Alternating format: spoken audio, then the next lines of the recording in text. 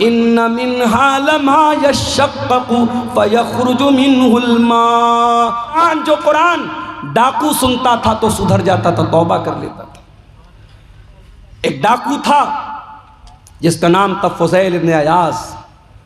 उसका काम था डाका डालना, लोगों के मकान में जाके चोरी करना, लोगों का माल हड़प लेना, लोगों का पैसा चोरी कर लेना। एक दिन रात का वक्त था, एक मकान की छत पे जाके कूदता है। रात का सन्नाटा है। फुज़ैल इब्न अयाज़ डाका डालने के लिए, चोरी करने के लिए गया है। एक मकान की छत में कूदता है। दूर से कोई अल्लाह का बंदा अपने घर में बैठ के कुरान की तिलावत कर रहा है।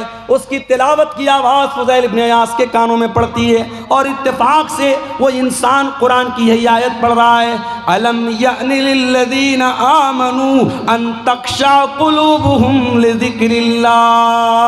ऐ ईमान वालो, क्या अभी वो समय नहीं आया कि अल्लाह का कलाम सुन करके तुम्हारे दिल पिघल जाएं, तुम्हारे दिल कांप जाएं, तुम्हारे दिल नरम पड़ जाएं। जब ये आयत हज़रत फुज़ैल इब्न अयाज़ के कान में पड़ी, कहा अल्लाह, मैं तेरा इतना गुनहगार बंदा हूँ। कोई रात में बैठ के कुरान की तिलावत कर रहा है, कोई कुरान पढ़ रहा है और मैं बैठ के लोगों का माल चोरी कर रहा हूँ, मैं डाका डाल रहा हूँ। अय अल्लाह, मैं तौबा करता हूँ तेरी बारगाह में। वो टाइम आ गया है अल्लाह, जिस टाइम के बारे में तू पूछ रहा है कि वो समय कब आएगा, वो समय आ चुका है। फुज़ैल इब्न अयाज़ ने सच्ची तौबा की, वहाँ से निकले। एक जगह अंधेरा था, बारिश का मौसम था, लोग एक जगह रुके हुए थे एक मकान में और आपस में बातें कर रहे थे। रात बहुत हो गई है, अब हमें यहीं रुक जाना चाहिए। किसी ने कहा नहीं, यहाँ रुको मत, हमें चलना चाहिए। क्या पता फुज़ैल इब्न अयाज़ नाम का डाकू कहीं छुपा हो और हमें पकड़ करके हमें लूट ले, मार ले, इससे पहले कि हमारा माल चोरी हो जाए, हमें यहाँ से निकल जाना चाहिए। फुज़ैल इब्न अयाज़ ने आसमान की तरफ देखा, कहा अल्लाह, तेरे बंदे आज मुझसे डरते हैं। उन्हें डर है फुज़ैल इब्न अयाज़ ना आ जाए, मेरा माल चोरी ना हो जाए, मेरे माल पे डाका ना पड़ जाए। ऐ अल्लाह, आज तेरा बंदा तुझसे सच्ची तौबा करता है और तुझसे वादा करता है जब तक जिंदा रहेगा तेरे घर को नहीं छोड़ेगा, अपनी सारी ज़िंदगी तेरे घर के लिए कुर्बान कर देगा, तेरी मस्जिद के लिए कुर्बान कर देगा। फुज़ैल इब्न अयाज़ तौबा करते हैं और वहाँ से वो मक्का आते हैं और सारी ज़िंदगी अपने आप को खाने काबा के साथ जोड़ लेते हैं और इतने बड़े आलिम बन जाते हैं, इतने बड़े इमाम बन जाते हैं कि उनको अपने दौर का सबसे बड़ा आलिम माना जाता है और सबसे बड़े बड़े जाहिद और आबिद लोगों में उनका शुमार होता है। कुरान तो वही है मेरे भाई, कुरान वही है, कुरान की आयतें वही हैं। एक डाकू ने सुना और तौबा कर ली और हम और आप उस कुरान को सुनते हैं और हमारे दिल पर कोई असर क्यों नहीं होता?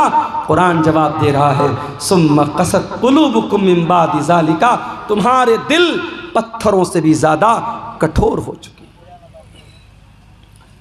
इत्तेफाक से रमज़ान के लास्ट में उम्रा करने का मौका मिला, अल्लाह के फजल व करम से, उसकी तौफीक से।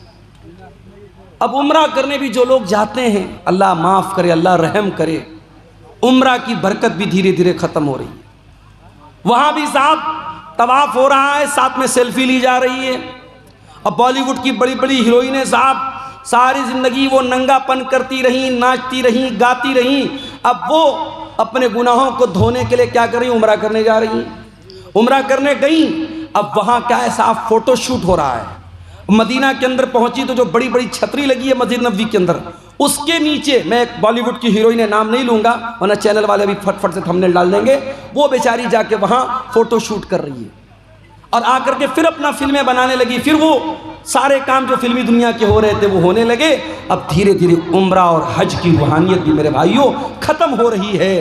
पहले वो दौर था, लोग जब उम्रा करने जाते थे, हज करने जाते थे, जब वापस लौटते थे तो दिल की दुनिया बदल जाती थी, दिल की दुनिया बदल जाती थी, एक चेंजिंग आ जाती थी, एक परिवर्तन आ जाता था। आज कोई परिवर्तन नहीं आ रहा है। आज पैसा वाला है, चलो भाई चलो, जैसे लोग पिकनिक मनाने जाते हैं, कोई मुंबई जाता है, कोई कोलकाता जाता है, कोई दिल्ली जाता है, चलो हम उम्रा करके चले आए। अब उम्रा को भी लोगों ने पिकनिक बना दिया है।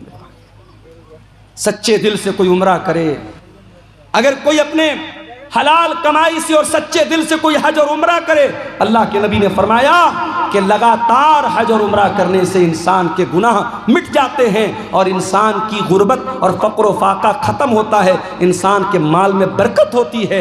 मगर अफसोस हमारे दिल इतने कठोर हो चुके हैं कि आज हम और आप उम्रा करने और हज करने जा रहे हैं तो वहाँ भी हम दुनियादारी कर रहे हैं। मेरे प्यारे साथियों, ये दिल के कठोर होने की अलामत है। हरम के अंदर आज भी जब कुरान पढ़ा जाता है, अल्लाह की कसम खा करके कहता हूँ, आप बिहार के सीमांचल के रहने वाले, आपको अरबी ज़बान तो नहीं आती होगी आमतौर से, आप अरबी ज़बान का मतलब नहीं जानते होंगे, मगर इमाम जब हरम के अंदर कुरान पढ़ता है ऐसा लगता है कि कुरान हमारे दिलों को चीर रहा है। जब अजाब की आयतें आने लगती हैं, जब जहन्नम की आयतें आने लगती हैं और हरम का इमाम उस आयत के ऊपर रोने लगता है, मैं देखता हूँ मुसल्लियान भी रोने लगते हैं, मैं देखता हूँ उसमें अफ्रीका का काला भी रो रहा है, उसमें यूरोप का गोरा भी रो रहा है, उसमें बांग्लादेश का बंगाली भी रो रहा है, उसमें इंडिया का इंडियन भी रो रहा है। जिनकी ज़बान अरबी नहीं है, जिनको अरबी ज़बान नहीं आती है, जो अरबी ज़बान को नहीं समझते, मगर कुरान की ऐसी कैफियत है मेरे भाइयों, कुरान का ऐसा असर है कि कुरान डायरेक्ट दिल पर असर करता है। इसीलिए मैं अक्सर अपने नौजवानों से कहता हूं कि क्या म्यूजिक के चक्कर में पड़े हो, कार चला रहे हो म्यूजिक बजा रहे हो। अभी मेरा एक प्रोग्राम था दरभंगा में, अब ड्राइवर बेचारा गैर मुस्लिम था, रात का टाइम था, मुझे जल्दी निकलना भी था, सुबह क्लास भी करनी थी। ड्राइवर ने कहा मौलाना साहब अगर इजाज़त हो तो गाना बजा लूँ। मैंने कहा भाई तो बड़ा गड़बड़ मामला है यार, अब तो मुझसे गाना बजाने की इजाज़त मांग रहे हो। मैंने कहा देखिए रात का समय है, आपको भी नींद लग रही, तकरीर करके आप थके हारे हैं, और मैं अगर कुछ बजाऊंगा नहीं तो मुझे भी नींद आने लगेगी, फिर एक्सीडेंट हो सकता है। मैंने कहा अच्छा चलो ठीक है, तुम गाना बजाना चाहते हो बजा लो, हल्की आवाज़ में बजाओ, मैं पीछे लेट जाता हूँ, सो जाता हूँ। तो ये गैर मुस्लिम कर रहा है, चलो भाई उसका कोई इस्लाम से ताल्लुक़ नहीं है, मगर मुसलमान ड्राइवरों को मैं देखता हूँ, मुसलमान लड़कों को देखता हूँ, उनके कार का जो साउंड सिस्टम होता है उसमें अगर कभी कभी ऐसा भी होता है ना, मेरे सामने तो गाना नहीं बजाते हैं, कभी कभी गलती से बजने लगते जल्दी से बंद कर देते हैं। तो गाना बजा रहा है आज हमारा नौजवान, ये नहीं सोचता है अगर कार चलाते हुए अल्लाह ना करे एक्सीडेंट हो गया, मौत आ गई, उसी हाल में हम मर गए, तो क़यामत के दिन जब हम उठेंगे तो उस दिन भी गाना सुनते हुए और गाना बजाते हुए उठेंगे। ये कितनी बदनसीबी की मौत होगी, कितने अफसोस की मौत होगी। कानों में ईयरफोन ठूस के और कानों में एयरपोर्ट ठूस करके वो गाना सुन रहा है, अल्लाह ना करे उसी हाल में अगर रूह निकल गई और दिल की धड़कन बंद हो गई तो क्या हाल होगा तेरा। इसलिए कि अल्लाह के नबी फरमाते हैं इन्नल अब्द युबाअसु अला मा मात अलैहि, बंदा जिस हाल में मरेगा उसी हाल में क़यामत के दिन उठाया जाएगा। जो कुरान पढ़ते हुए मरेगा वो कुरान पढ़ते हुए उठाया जाएगा, जो गाना सुनते हुए मरेगा वो गाना सुनते हुए उठाया जाएगा, जो गंदी वीडियो देखते हुए मरेगा वो गंदी वीडियो देखते हुए उठेगा, जो ज़िना करते हुए मरेगा वो ज़िना करते हुए उठेगा, जो शराब पीते हुए मरेगा वो शराब पीते हुए उठेगा, जो हलाल काम करते हुए मरेगा वो हलाल काम करते हुए उठेगा। हत्ता के अगर कोई हाजी हज करने गया है, अल्लाह के नबी ने फरमाया अगर इहराम की हालत में हाजी का इंतकाल हो जाए तो उसको अलग से कोई कफन पहनाने की ज़रूरत नहीं है, उसी इहराम के कपड़े में उसे कफना दो, इसलिए कि क़यामत के दिन वो हाजी जब उठेगा तो उसी इहराम के कपड़े में उठेगा और लब्बैक अल्लाहुम्मा लब्बैक कहते हुए उठेगा। मेरे साथियों, अगर आपको गाना और म्यूज़िक से प्यार और मोहब्बत है और आपके दिल को गाने की आवाज़ से सुकून मिलता है, म्यूज़िक से सुकून मिलता है, तो ये इस बात की पहचान है कि दिल के अंदर ईमान बहुत कमज़ोर हो चुका है, दिल मुर्दा हो रहा है। इसलिए कि कुरान कहता है अला बिज़िक्रिल्लाहि तत्मइन्नुल क़ुलूब, ईमान वालों के दिल को तो अल्लाह के ज़िक्र से सुकून मिलता है, ईमान वालों के दिलों को तो कुरान से सुकून मिलता है। हमारे प्यारे नबी सल्लल्लाहु ताला अलैहि वसल्लम कुरान पढ़ा भी करते थे और कुरान सुना भी करते थे। एक मरतबा आपने हज़रत अब्दुल्ला बिन मसूद से कहा अय अब्दुल्ला तुम मुझे कुरान पढ़ के सुनाओ। अब्दुल्ला बिन मसूद बहुत अच्छा कुरान पढ़ते थे, बहुत खूबसूरत आवाज़ थी उनकी। अब्दुल्ला बिन मसूद ने कहा कि अल्लाह के रसूल मैं आपको कुरान पढ़ के सुनाऊं? ये कुरान तो आप ही के ऊपर उतरा है, मैं आपको कैसे पढ़ के सुनाऊं? आपने फरमाया ऐ अब्दुल्ला इन्नी उहिब्बु अन अस्माअहु मिन गैरी, आज मैं दूसरे के मुंह से कुरान सुनना चाहता हूँ, आज तुम मुझको कुरान पढ़ के सुनाओ। हज़रत अब्दुल्ला कुरान पढ़ने लगे। अल्लाह के नबी सुन रहे हैं, हज़रत अब्दुल्ला कुरान पढ़ रहे हैं। अल्लाह अकबर।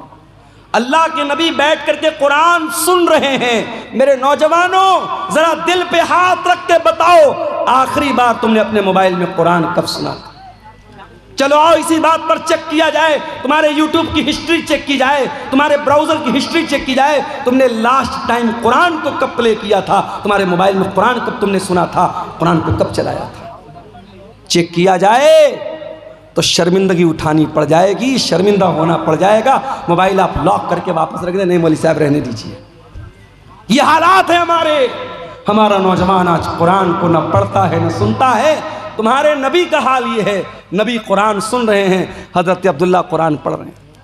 अब्दुल्ला बिन मसूद कहते हैं मैं कुरान पढ़ने लगा, अल्लाह के प्यारे नबी गौर से कुरान को सुनने लगे। मैं सूरह निसा की तिलावत कर रहा था। मैं पढ़ते पढ़ते जब सूरह निसा की आयत नंबर 31 के ऊपर पहुंचा, फ़कैफ़ इज़ा जीना मिन कुल्लि उम्मतिन बिशहीद व जीना बिका अला हाउलाई शहीदा। ऐ नबी उस वक्त आपका क्या हाल होगा जब हम हर उम्मत के ऊपर से गवाह लाएंगे, और ऐ नबी हम आपकी उम्मत पर आपको गवाह बनाएंगे। जब इस आयत पर मैं पहुंचा, अल्लाह के नबी ने कहा हस्बुकलान, ऐ अब्दुल्ला अब रुक जाओ, अब बस कर दो, अब रुक जाओ, स्टॉप कर दो। हज़रत अब्दुल्ला बिन मसूद कहते हैं मैंने नज़रों को उठा करके देखा कि अल्लाह के नबी मुझको क्यों रोक रहे हैं, क्यों मना कर रहे हैं। फ़ैज़ा ऐनाहु तज़रीफ़ान, मैंने क्या देखा कि अल्लाह के नबी की आंखों से आंसू बह रहे हैं। अल्लाह के नबी रो रहे हैं, अल्लाह के नबी की आंखों से आंसू बह रहे हैं। वो जिम्मेदारी का जो एहसास आपको हुआ, जो जिम्मेदारी क़यामत के दिन आपके कंधों पर डाली जाएगी, उस जिम्मेदारी को याद करके अल्लाह के नबी रो रहे हैं। नबी तो रोए अपनी जिम्मेदारी को याद करके, और हम और आप बस इसी पर फख्र करें कि साहब हम तो अहले हदीस हैं, जन्नत हमारे बाप की है, जन्नत का सर्टिफिकेट हम लेके बैठे हैं। हम और आप कभी हमें कुरान पढ़ करके और सुन करके हमें रोने की नौबत हमें नहीं आती। मेरे भाइयों, ये आंखें खुश्क हैं मौला, इन्हें रोना नहीं आता। ये आंखें खुश्क हैं मौला, इन्हें रोना नहीं आता। कभी गौर करो मेरे भाइयों, आखिरी बार आपकी आंखों से आंसू अल्लाह के खौफ से कब निकले? किसी के मरने पे निकले होंगे, कोई तकलीफ हुई होगी निकले होंगे, कोई दर्द हुआ होगा निकले होंगे, मगर इन आंसुओं से अल्लाह के खौफ से आंसू कब निकला था? जरा सोचना मेरे भाइयों, जरा हम सब अपने गिरबान में झांकिए और सोचें अल्लाह के खौफ से आंसू कब निकला था।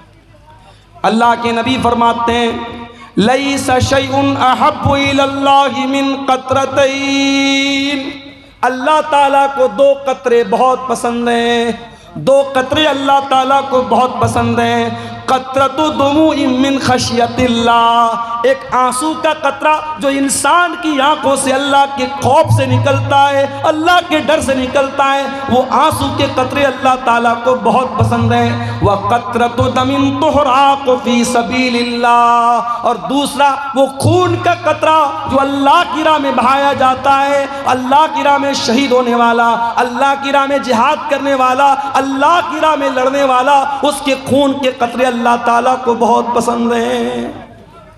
वो आंसू जो अल्लाह के खौफ से निकलते हैं मेरे भाई, वो आंसू अल्लाह को बहुत पसंद है।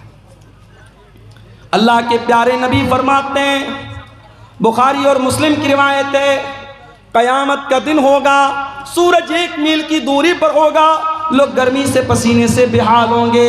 सबअतुन युज़िल्लुहुमुल्लाह, 7 तरीके के बंदे अल्लाह ताला के ऐसे होंगे जिनको अल्लाह ताला अपने अर्श का साया देगा।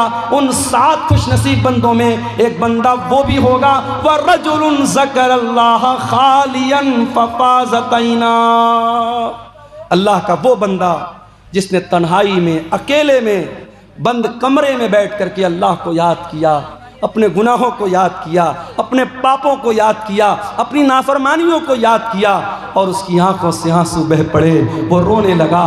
उस अल्लाह के खौफ से बहने वाले आंसू को अल्लाह ताला क़यामत के दिन उनकी लाज रखेगा और उस इंसान को अल्लाह ताला क़यामत के दिन गर्मी से बचाएगा, सूरज की तपिश से बचाएगा। मेरे भाइयों, मैं फिर से उसी आयत को पढ़ता हूँ जो खुतबे मसनूआ के बाद मैंने पढ़ी थी। कुरान सवाल कर रहा है हमसे और आपसे, अलम यअनि लिल्लज़ीना आमनू अन तख़शा क़ुलूबुहुम लिज़िक्रिल्लाह। ऐ ईमान वालों, क्या अभी वो समय नहीं आया कि अल्लाह का कलाम सुन करके तुम्हारे दिल पिघल जाए? मेरे प्यारे नौजवान साथियों, तुमसे भी एक बात कहनी है। नौजवानी बड़ी खतरनाक उम्र होती है। शैतान सबसे ज़्यादा अगर किसी उम्र के अंदर इंसान को बहकाता है तो जवानी में बहकाता है। जितना गुनाह इंसान जवानी में कर लेगा बुढ़ापे में नहीं कर पाएगा। शराब इंसान आमतौर से जवानी में पीता है। ज़िनाकारी के अड्डे आमतौर से जवानी में आबाद होते हैं। टाइम का गलत इस्तेमाल आमतौर से जवानी में इंसान करता है। जब इंसान 50 साल का हो जाता है, 60 साल का हो जाता है, तो ऑटोमेटिक उसको ये एहसास हो जाता है अब तो मरने वाला हूँ, अब तो कब्र में जाने वाला हूँ। तब तो इंसान ऑटोमेटिक सुधर जाता है। असल जो सुधरने की उम्र है वो तो जवानी की उम्र है। जो तौबा करने की उम्र है, जो अल्लाह से माफ़ी मांगने की उम्र है, माफ़ करना, वो 20 से 40 साल के बीच की उम्र है। फारसी का एक शायर कहता है, दर जवानी तौबा करदन शेवे पैगंबरी वक्त पीरी गुर्गे जालिमी शवत परहेज़गार। जवानी में तौबा करना नबियों का तरीक़ा है। बुढ़ापे में तो भेड़िया भी शरीफ बन जाता है। जब पेट में आंत नहीं, मुंह में दांत नहीं, तब शरीफ बन गए तो कौन सा कमाल किया। मेरे प्यारे नौजवान साथियों, आज अपनी जवानी का गलत इस्तेमाल करने के पहले सोच लेना कि अल्लाह ताला क्या इसका हिसाब देना पड़ेगा। गुनाह की लज्जत तो आज मिल जाएगी, गुनाह का मज़ा तो मिल जाएगा, मगर इस गुनाह के बाद इसका जो असर तुम्हारी ज़िंदगी पर पड़ेगा, जो पछतावा तुम्हें होगा, उस पछतावे के बाद तुम्हारे सामने कोई रास्ता नहीं होगा। इसलिए कि मेरे नौजवान भाइयों, इस बात की कोई गारंटी नहीं है कि आज आप नौजवान हैं, कल आप बुढ़ापे तक जिंदा रहेंगे। क्या गारंटी? अपनी आंखों से मैंने देखा है, बिल्कुल जवान आदमी, हमारे यूपी के अंदर बनारस से 100 किलोमीटर दूर है इलाहाबाद। इलाहाबाद में बिल्कुल नौजवान यंग लड़का मुझे मिलता है, पेशे से डॉक्टर है। और मेरी आदत है, अगर तकरीर में कोई वेल क्वालिफाइड, वेल एजुकेटेड, पढ़ा लिखा अगर इंसान अगर मिलने आता है, मैं बड़ी तवज्जो से मिलता हूँ, क्योंकि आज के इस दौर में पढ़े लिखे लोग और जो है समाज में जिनका एक मकाम और स्टेटस है, इस तरीके के लोग अगर प्रोग्राम में आ रहे हैं और उलमा से मिलने आ रहे हैं, ये बड़ी बात है। ऐसे लोगों का हमें वेलकम करना चाहिए, इस्तकबाल करना चाहिए। नौजवान लड़का है 20-22 साल का, मिलने आता है, मौलाना आपकी तकरीर बहुत शौक़ से सुनता हूँ, बड़ी मोहब्बत करता हूँ। नंबर का आदान प्रदान होता है, बीच बीच में कभी कभी व्हाट्सएप भी करता है, फेसबुक भी चलाता था वो लड़का। फिर एक दिन उसके फेसबुक पर एक पोस्ट आई, मैं बहुत बीमार हूँ, मेरे लिए दुआ कीजिएगा, मैं बहुत बीमार हूँ। उसके बाद उस पोस्ट के डालने के बाद तकरीबन 1-2 हफ्ते के बाद खबर आती है कि डॉक्टर फलां साहब जो इलाहाबाद के रहने वाले हैं, ब्लड कैंसर हो गया, इंतकाल हो गया। 1 साल पहले जब वो लड़का मिला था मुझे, उसकी बॉडी को देख करके मैं सोच भी नहीं सकता था कि 1 साल बाद इसके मरने की खबर आएगी। हम नहीं जानते मेरे भाइयों, हमारी मौत का क्या बहाना बनेगा।